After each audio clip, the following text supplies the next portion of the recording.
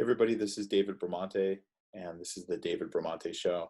Today, I'm going to have Tom Stefanik on the show, and we're going to have a conversation about a lot of little different things, mainly focusing around artificial intelligence, information technology, and the U.S. military in relation to China.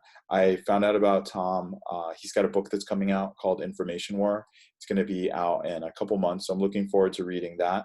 And in the meantime, I went to the website of the Brookings Institution and saw that he has a lot of interesting articles, stuff I had never heard about, that I'll ask him about on the show.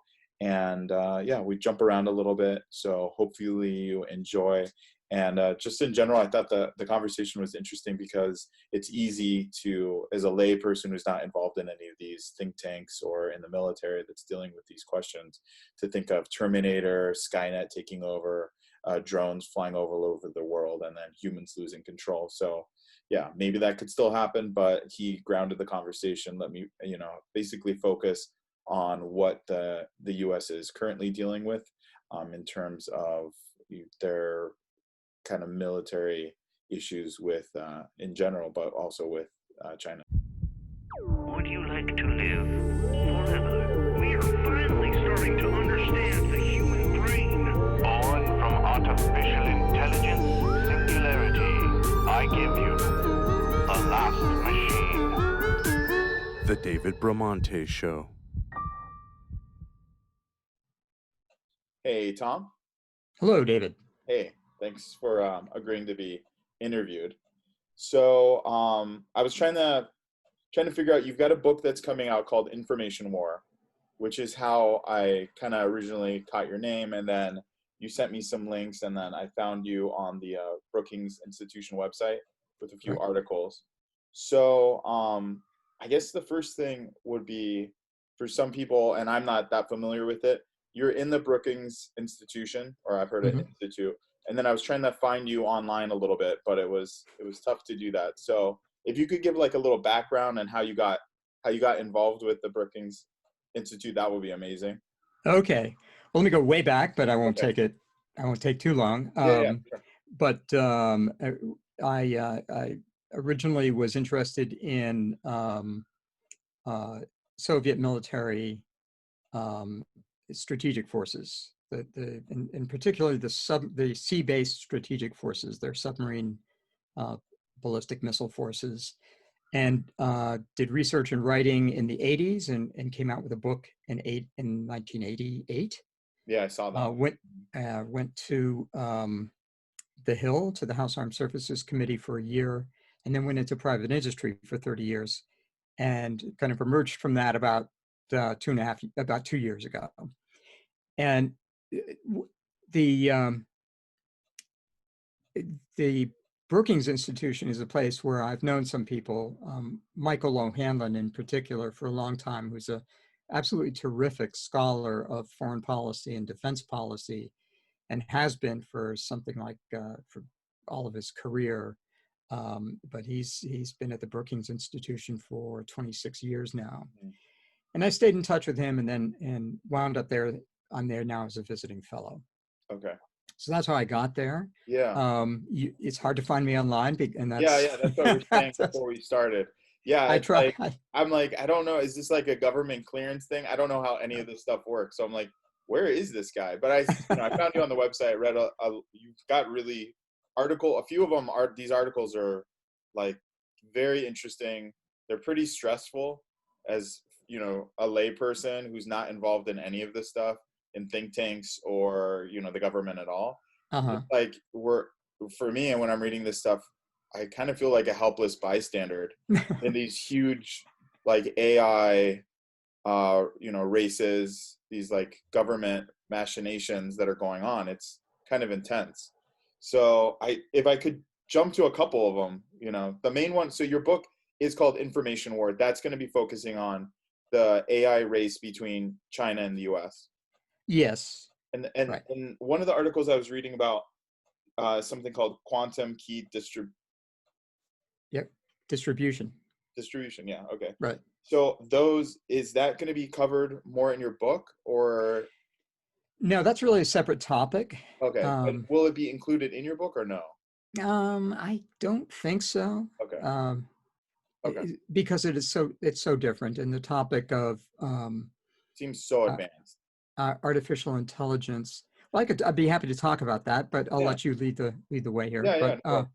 so let me just quantum key distribution, since we brought it up, is really it's the idea of using the properties, the fundamental properties of quantum mechanics to transmit information in such a way that the information is um, fundamentally secure.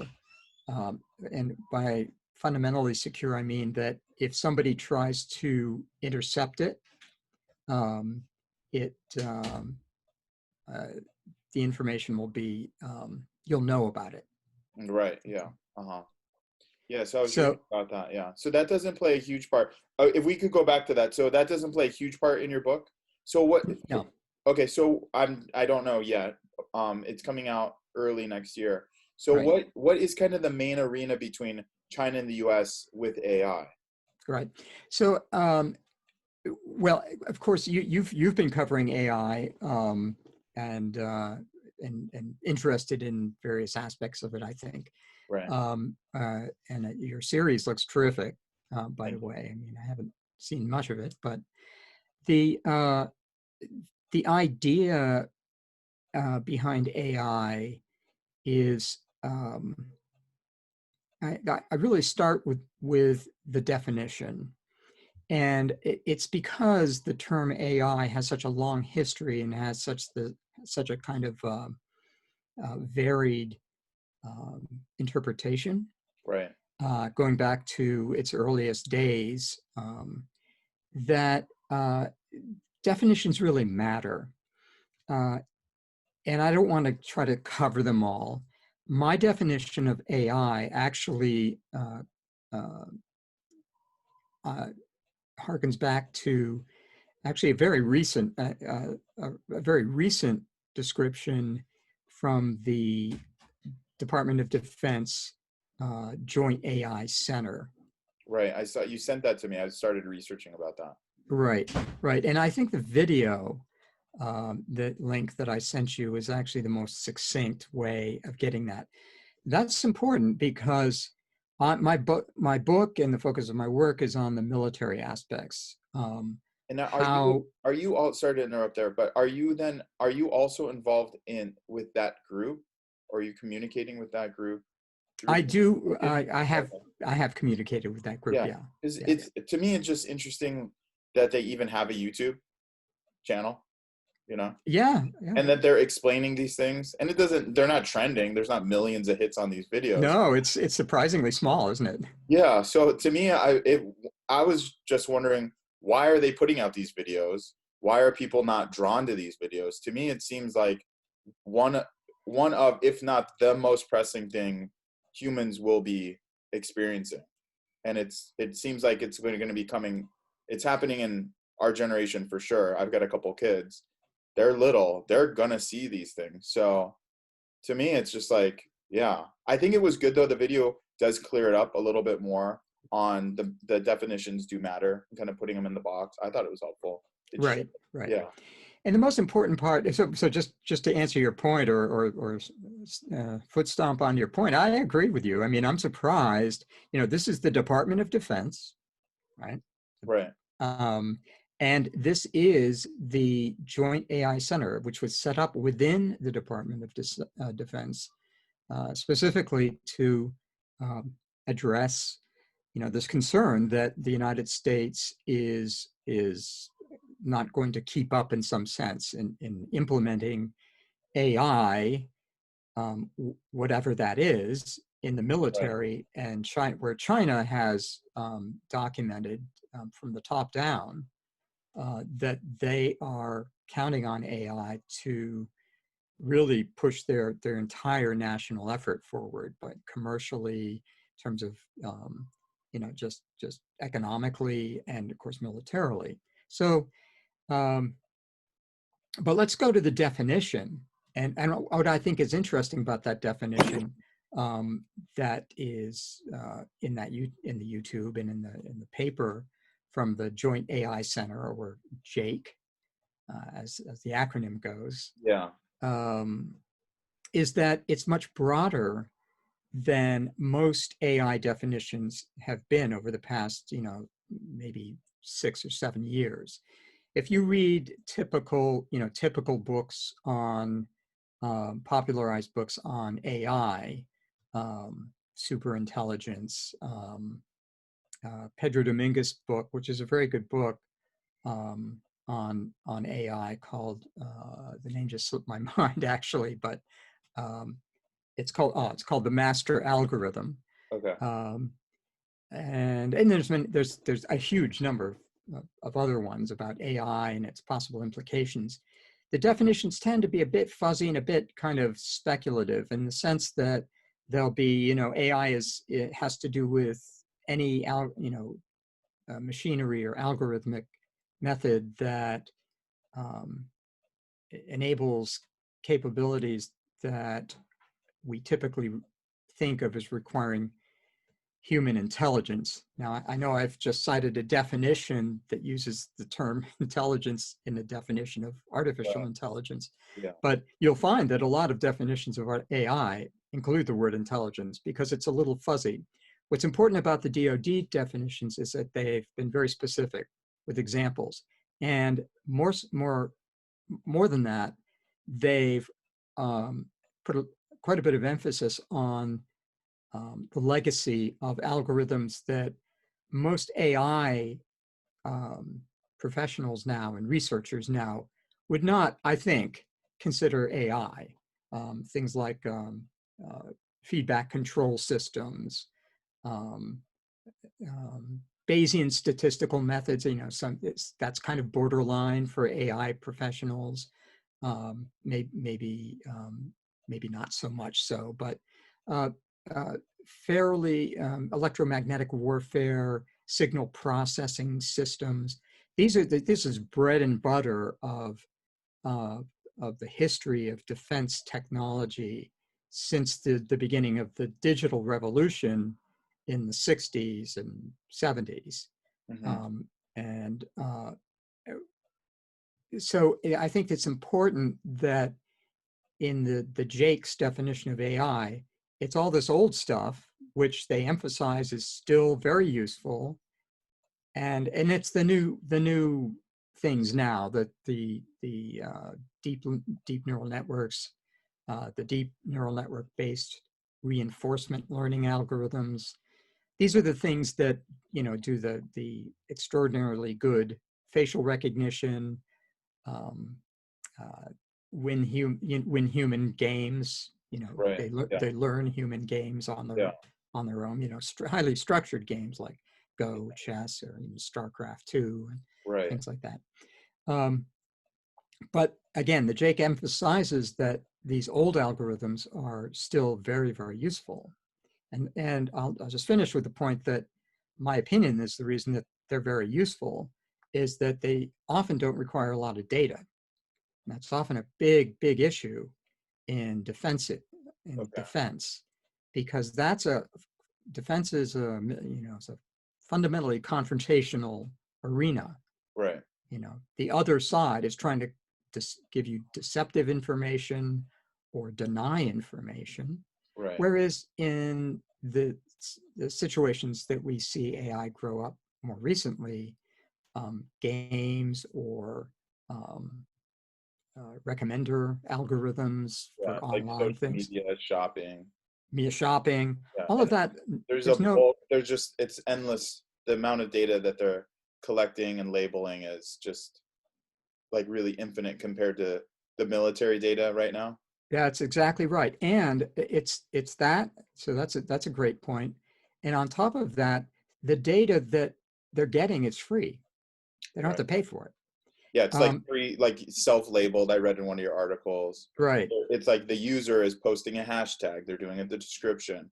They're tagging people, and there's really nothing that's similar to that for free on the military side. That's correct. I mean, that you don't send out pictures of your latest Right. stealth aircraft, Right. labeling all the parts and, And who that built sort of thing. it? Yeah. Who came up? Right. Yeah. That would be a Exactly. disaster. Yeah. Exactly. It's very complicated. So what would you, I wish we had the book already, but that's good. Yeah, But, so do I. So but, does my publisher, by the but the way. thing, I kind of want, yeah, for sure. The thing is, so already the consensus is we're behind. We're behind China. I don't think I would push back a bit against that. I think that's too broad, and Okay. I think the whole race framing Yeah. thing is a little problematic. Simply because you have to put it. There's no sort of well-defined endpoint. I was just gonna say I wanted to catch myself. I just got pissed off at myself. I'm like, I guess we need to dig down on the definitions and labels a little bit. Good. I guess what would Go ahead. be the most dangerous thing that China could be working on that we could laser in on? Because in one of your videos where you were talking about it, they are accessing so much information Mhm. on the way their society is designed. They're gathering so much information on their society, and theoretically, we're not doing that here in the U.S. Though it's there, right? But it's not really gathered the same way. But can't really be converted to any military use in the terms of like planes and Right. right, it's like typical warfare you would think of. Mhm. So even if they're quote unquote winning in that little race of gathering more information, if it is a race, does the U.S. want to be in that race? Yes or Right. no? Right. No, but still gathering information maybe. But the thing is that's an independent little race. Okay, But in that's right. terms of military, what is like the main thing that China and the U.S. could be working on that really could be dangerous if one develops and wins at? What would that Well, the confrontation, confrontations over in kind of information. I'll sort of separate it into two parts. Okay. One is simply, let's say, the information confrontation in information. That's a big theme. It's been a big theme in the United States for years. We've had ideas come out of the military of with labels, like network centric warfare. That was formulated in the 90s, for example, and got a lot of attention. This idea that using sensors and collecting sensors and fusing the data and using that to create a picture of what's going on in a region of that's potentially a crisis region. That's a very, very important in military decision making. When you're saying network, it's a geographical area, or what would you mean by the metric sense? Because the first thing I thought of was like, incorrectly probably, is just like firing off a virus into like Iran to spin up their centrifuge. That's not at all what we're talking about. No, that's not really what we're talking about. We're Yeah. really talking about just the fundamental military process that's Okay. called command and control. Yeah. And that's simple, and that's just knowing what's going on in the Western Pacific, let's say. Just tracking things. Exactly, tracking things. So it takes sensors. It takes communication systems that are moving the data from the sensors to places where you can put that data together and figure out where things are. And as they move, you have to look at them again and can continue to track them. Now, at the same time, each side is doing that. So each side is doing this in this in a potential crisis area. Right. They're also trying to mess up the other side's picture. So they'll be putting out false information or jamming the communications from the sensor down to the fusion center.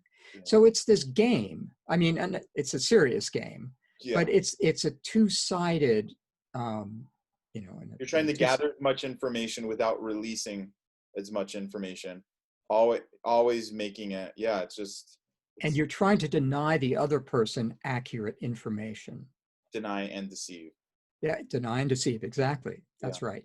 Yeah. So it's very interactive, and a lot of it goes on through electromagnetic networks, radios, basically, Got it. from aircraft to satellites, and all, because everything's moving, right? Yeah. um, Ships, all of these things require electromagnetic. So there's a whole field that's been around since, since World War II, and probably even there are actually cases in the Russian-Japanese War in 1905, but World War II especially. The Battle of Britain was very much hanging by a thread for Britain. Because they were able to use radar to track. I don't want to go too back into history, Yeah, no, but you can. This is all interesting to me. yeah. Yeah. And But that would be, would you feel the Battle of Britain would be, that would be the first instance where we'd have pretty advanced technology? That's the first. that was that type of, actually, you could go back further, but I would say that's the one that we would all kind of resonate with. And yeah, that's what really where like this confrontational information, that's kind of the beginning of it. I would say that was the one that was really where it. Yeah. So we were talking about the confrontational information, which is command and control, deny and deceive.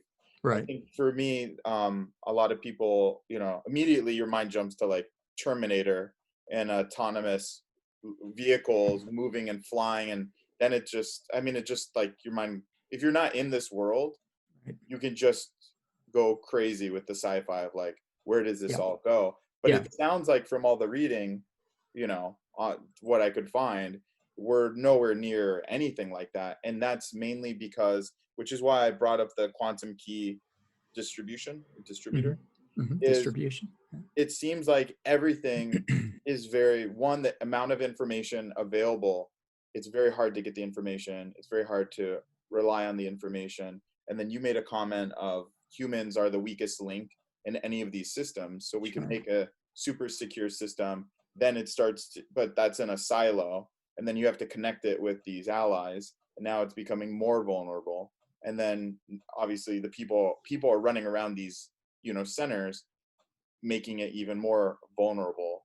It's crazy. So that's why I was bringing up, it sounded like China is more advanced in certain things. It seems like it's agreed upon that they're more advanced, at least in this arena, which is being able to keep things basically completely secure for the time Well, being. quantum key distribution is something that they've they've done experiments. I mean, there's a big jump from going to that to a fully networked area. Although they've built large scale networks, but we've built networks too. I mean, this is now commercialized. Quantum secure communications is starting to become something that you can buy for a company. But they've created more of a larger network. A larger network. Yeah. That's right. That's And right. It's a national priority. Does that give them, and it's not a national priority? It is. Security is. It's just that we haven't, we haven't done quite as much in the area of quantum key distribution as they have, but we have all the knowledge. Yeah. The reason that's why I keep bringing that up is just like, it seems like now this might be the thing that's, you can keep your secrets forever, and people not only can, adversary not access it, but you'll know when they attempt to, which is strange. And what's crazy is that all of the data that we have now is potentially vulnerable by 2030 if this technology advances really quickly. All the current system networks that we have that are quote unquote like secure, they're going to be vulnerable to this technology, which will basically, if we the US and China, everybody starts attacking each other's networks using this new technology, everything can open up. Well, I mean, if you've stored data that's been intercepted. So for right now, our conversation could be being intercepted by somebody. and we Right. would just never know it. Right. Okay. And that's because you can duplicate data in transit without somebody knowing it, without the two parties knowing it. Hmm. With quantum key distribution or quantum information, you can't do that, and that's due to fundamental. There's just no way. There's not No, going there's to just no way. It's physics. there's not going to be a new technology. I mean, who knows Yeah. what? But 100 years from now all of that information is vulnerable. This is pretty Yeah. much the buck stops here with this type of. That's right, because you're sending the information through the behavior, using the behavior of fundamental quantum particles, usually photons, Right. and which have a couple of properties like polarization or spin objects or polarization, let's say, which so it's physics that keeps it. Right now, the information exchange, secret information exchange, Yeah. depends on kind of a really hard math problem. But the quantum computer, there's a quantum computing algorithm, or there's kind of a class of algorithms that can solve these really hard math problems much. They can essentially reverse engineer and crack these old codes. That's right. Well, these codes that we're using now, right? Yeah. Yeah, it's old now, but like, yeah. Right. Yeah. Only because this new technology is getting developed. The new quantum computing technology, right? Right. Yeah. So I was trying to tie that into, so the Battle of Britain, it was key to be able to unlock this information, but it sounds like we're entering a world where if there it's almost like, well, why would there even be warfare at that point? Because it would be so destructive. But it's like, it seems like we're entering a time where information will be passing, an adversary will be passing information, and if there's a conflict, there's no way to unlock those codes with this Yeah, technology. I think You're crazy and dangerous. Yeah, you're blending two things that are related, but not exactly the same. One is passing information, like, if I wanted to send you, secrets, okay? Right. Yeah. And that's one information. When I brought up the Battle of Britain and we're talking about military command and control in a kind of military context, say between the U.S. and China, that's really in the physical world. Right. That's where you're trying to sense, ships and aircraft and people and trucks on the ground and ballistic missile launchers and all that kind of stuff. Right. With sensors in space or in the air or undersea, things like, well, if you're trying to detect things undersea. So that's you have to, you're dealing with information that's being, sort of transmitted in the physical world. Right. And that's the whole realm of like electronic warfare. And that is where it's a conflict that both sides will have countermeasures to.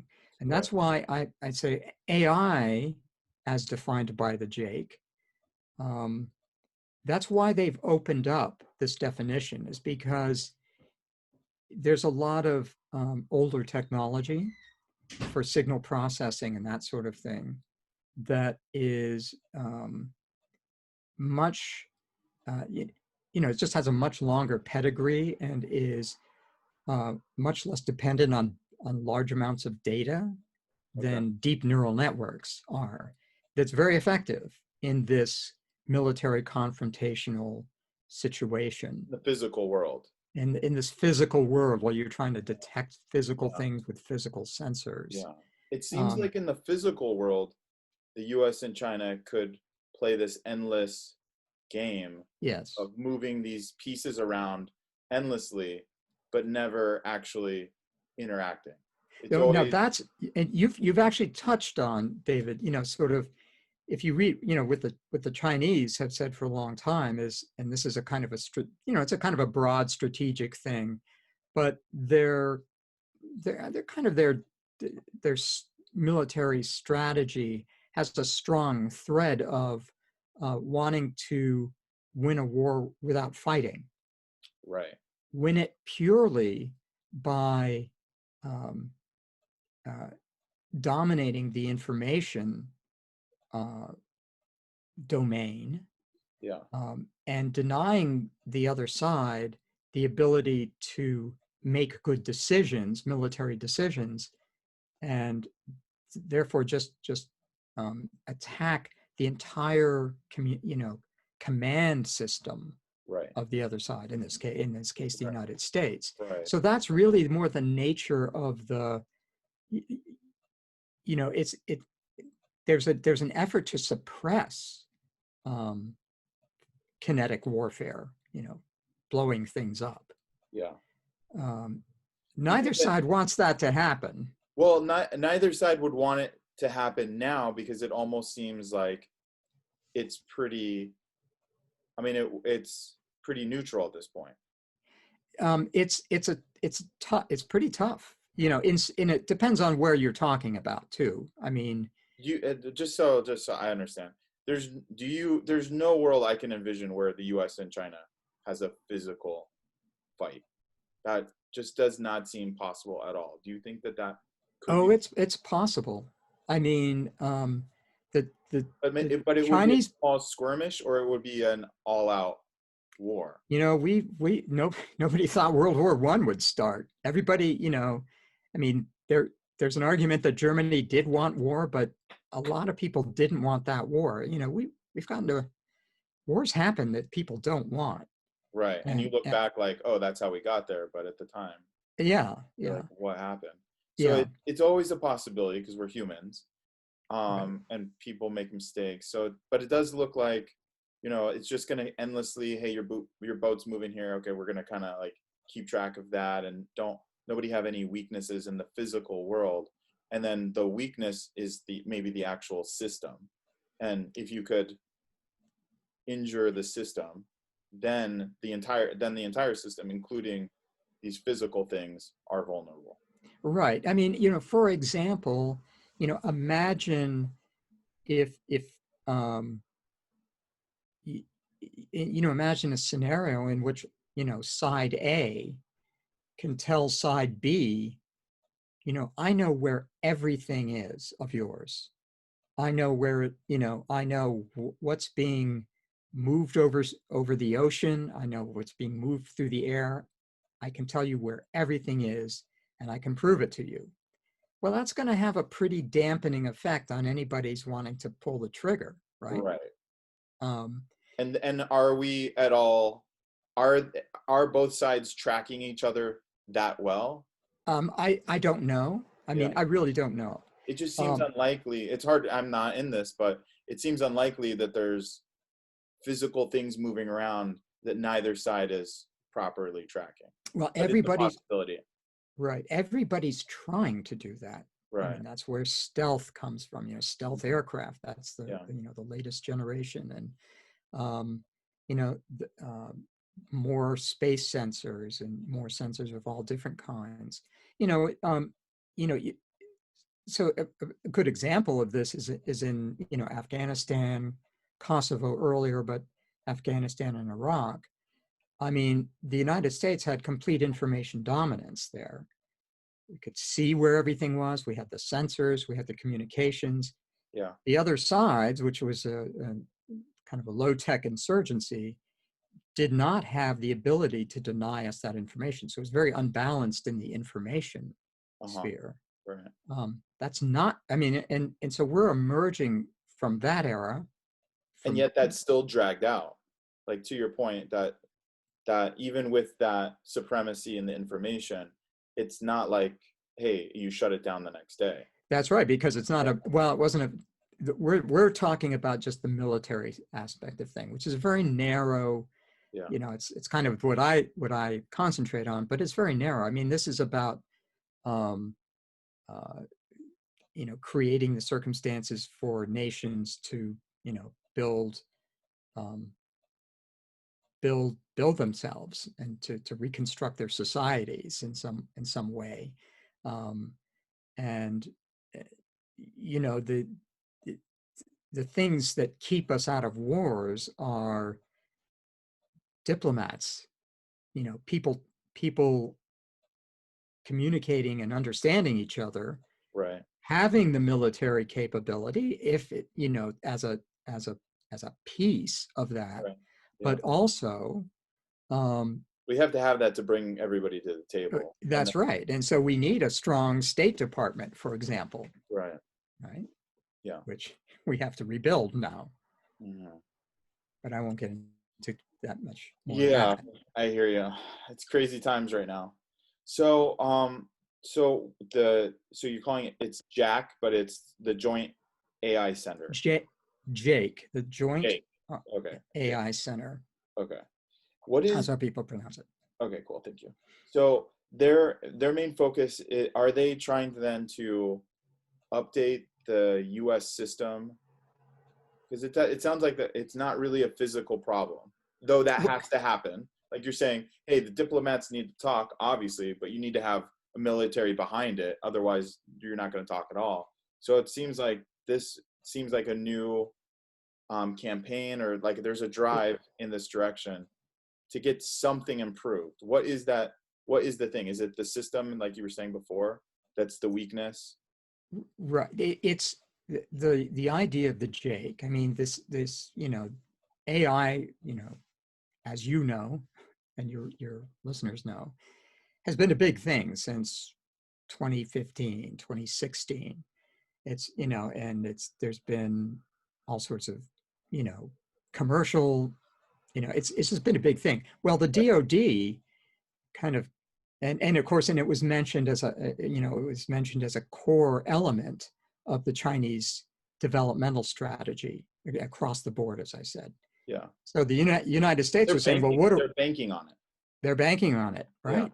Yeah. And the United States, the DoD and other parts of the United States, where are we? So under the Obama administration, they started to promulgate a kind of, well, we have to have an AI strategy. How are we going to use this technology? And then that was continued under the Trump administration. And it's not just DoD, but in terms of what we're talking about today, the DoD said, well, we need to have a central office that's pushing AI, that's sort of helping bring this new technology into command and control, into sensors, into tracking, Okay. into automated systems, like autonomous systems. Now we have a very strict doctrine in the Department of Defense that insists that humans must remain in the loop. So that's a very, and if you'll read That's a that tricky problem. Yes, well, that's what is the main, so I mean it's obvious, but if you could explain the main reason to have the humans still in the system is so we don't get boxed out. The main reason is that especially for a weapon, so a fully autonomous, self-contained weapon, some sort of rocket, missile, or tank, or something like that, that could kill people. Yes.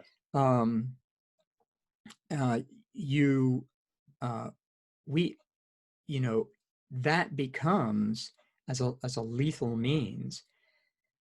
We have very strong kind of ethical guidelines in the U.S. military to ensure that we comply with international humanitarian law, for example. Right. And international humanitarian law, one of the precepts of it is that you distinguish between non-combatants or civilians and combatants in wartime. That's a very basic thing, and that's Geneva Conventions and a whole host of historical conventions and agreements. So you and need a person there if you have an autonomous system, it can make an error. That's making decisions on its own. You can't guarantee that that's going to comply with the same ethical standard So we have doctrine that says we have to keep humans in the loop for a weapon system. Now, if it's just a sensor that's autonomously flying around, that's not required. Okay. So, you know, if you take a satellite, for example, satellites are pretty autonomous. You know, Right. they just follow the physical orbit, and they collect data when they collect data, and they send it back, and you know, they have controls on them, but those are non-lethal. Okay, So, but on the lethal weapon, so we have the human there essentially to enforce these ethics, right? Little checks right, and balances on these systems. right. But then could it be that China is creating these lethal weapons without, like, having the human there is a security issue, although it is also, it's a like a system security issue, but it's also ensuring that less mistakes happen with these lethal Right. weapons. But is it also then creating possible delays and vulnerability in like response times or anything like that when China maybe could be developing systems without people spot checking these?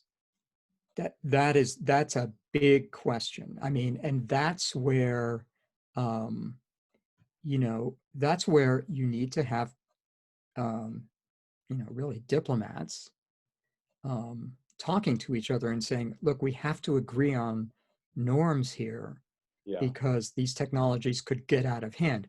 I mean, we've done this with nuclear weapons, for example, with the former Soviet Union and Russia. Yeah. Yeah.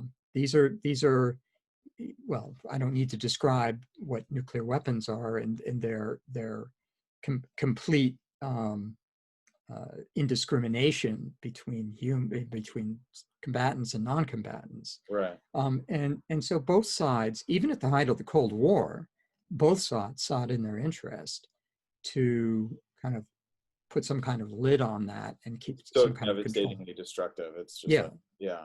right. So we have a And similar situation. yeah, it's not as dramatic as, of course, nuclear weapons. Nuclear weapons remain the number one threat, military threat to human beings. This was, I was going to ask you, is China then clearly the number one threat to the United States, in your opinion?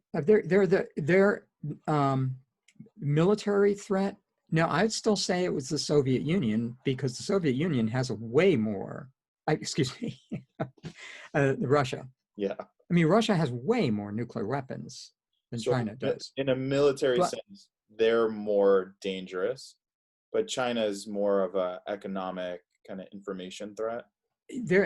China is also a competitor, Uh-huh. but there's a much more complex relationship with China. We're also completely intertwined in a global Yeah. economic network. Well, that was the interesting thing again with these.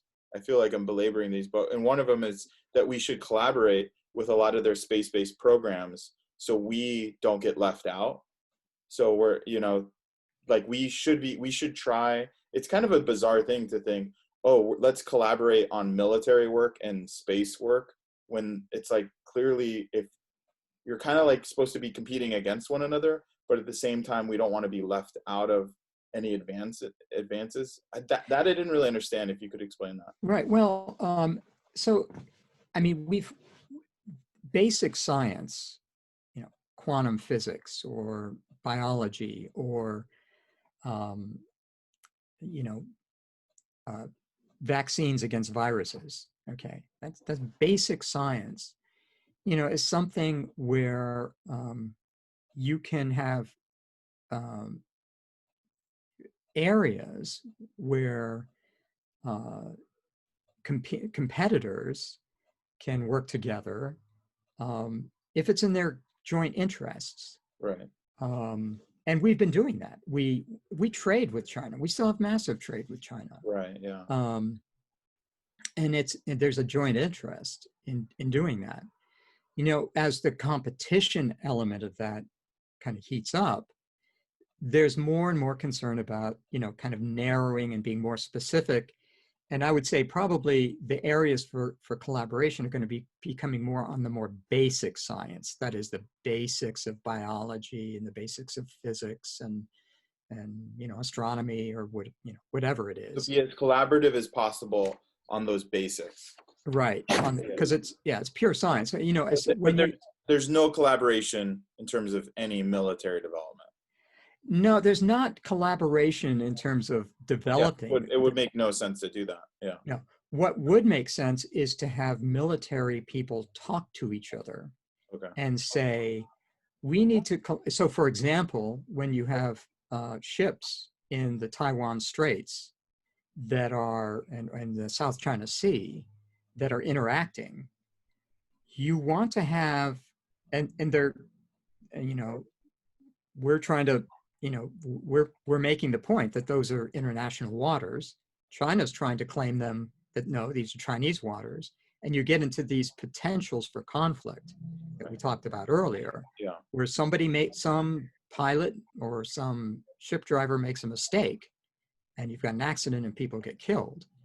So their collaboration takes the form of military people talking to each other and saying, look, we've got big disagreements here. We're gonna be competing. We're gonna be in a kind of a conflict situation. We want to keep it under control. So yeah, we agree to disagree, but it doesn't need to escalate. that's right. And here's the rules of the road for how we're going to do that. We're going to talk to each other.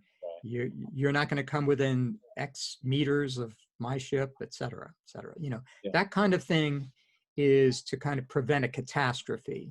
Yeah. But on the scientific side, you can continue to do basic science. I mean, we had basic scientific exchanges with the Soviet Union in the Cold War, and we had no trade with them. Yeah. So, and that basic science, you know, it becomes a small but potentially important channel for diplomatic communications too. Yeah. Well, I had another one, maybe one more. Yeah.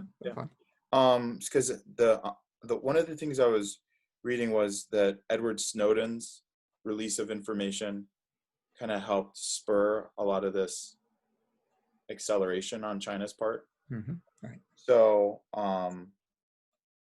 that's a tricky, complicated scenario, but it's like, again, it seems like the people, while you need these people to be like the checks and balances of these systems, they're also they do also make the system vulnerable, where people have access to information and they can release the information, and it can kind of go both ways. But is there two things? One, is there some kind of information that's getting leaked out so heavily on, like, out of China on our behalf?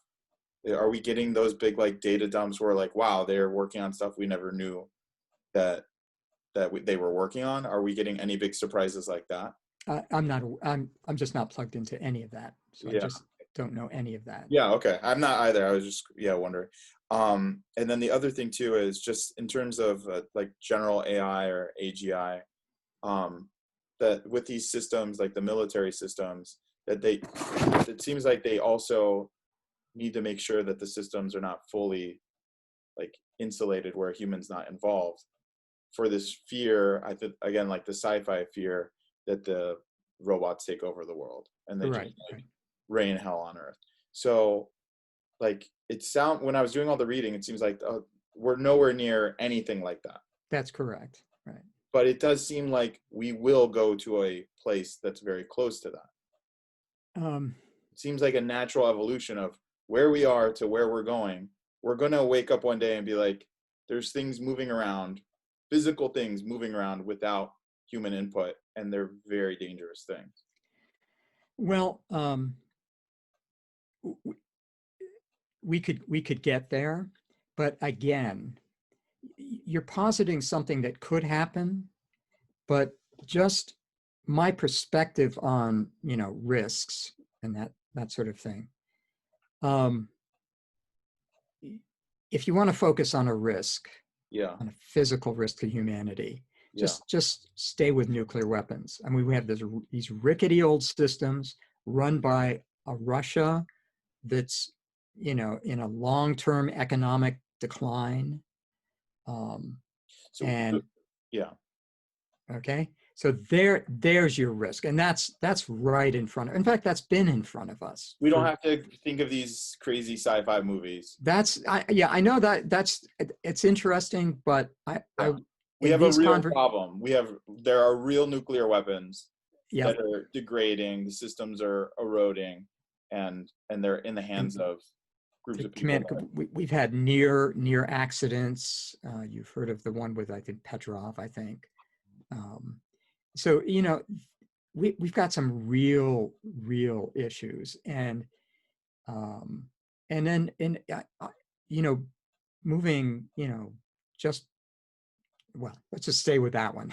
That's the simplest one. Yeah. You don't really have to go to a far-flung place that we're not close to yet. Got it. Okay, cool. Yeah, that helps focus it a little bit. Yeah. Yeah, sweet. Yes. All right. Well, yeah, thank you so much for all this information. I really appreciate it. I had yeah, I think that the one thing, like electronic warfare, keeps coming up, electromagnetic sensors and stuff. So I'm going to keep digging into that. I would love to have you back on the show, you know, after your book, maybe sometime next year after I can read it. Okay, good. Well, that'll spur me on to work harder at finishing Yeah, it. come on, finish it up so I can read it. Yes, sir. Okay. All right, cool. All right, thank you so much for your time, Tom. It was a pleasure, David.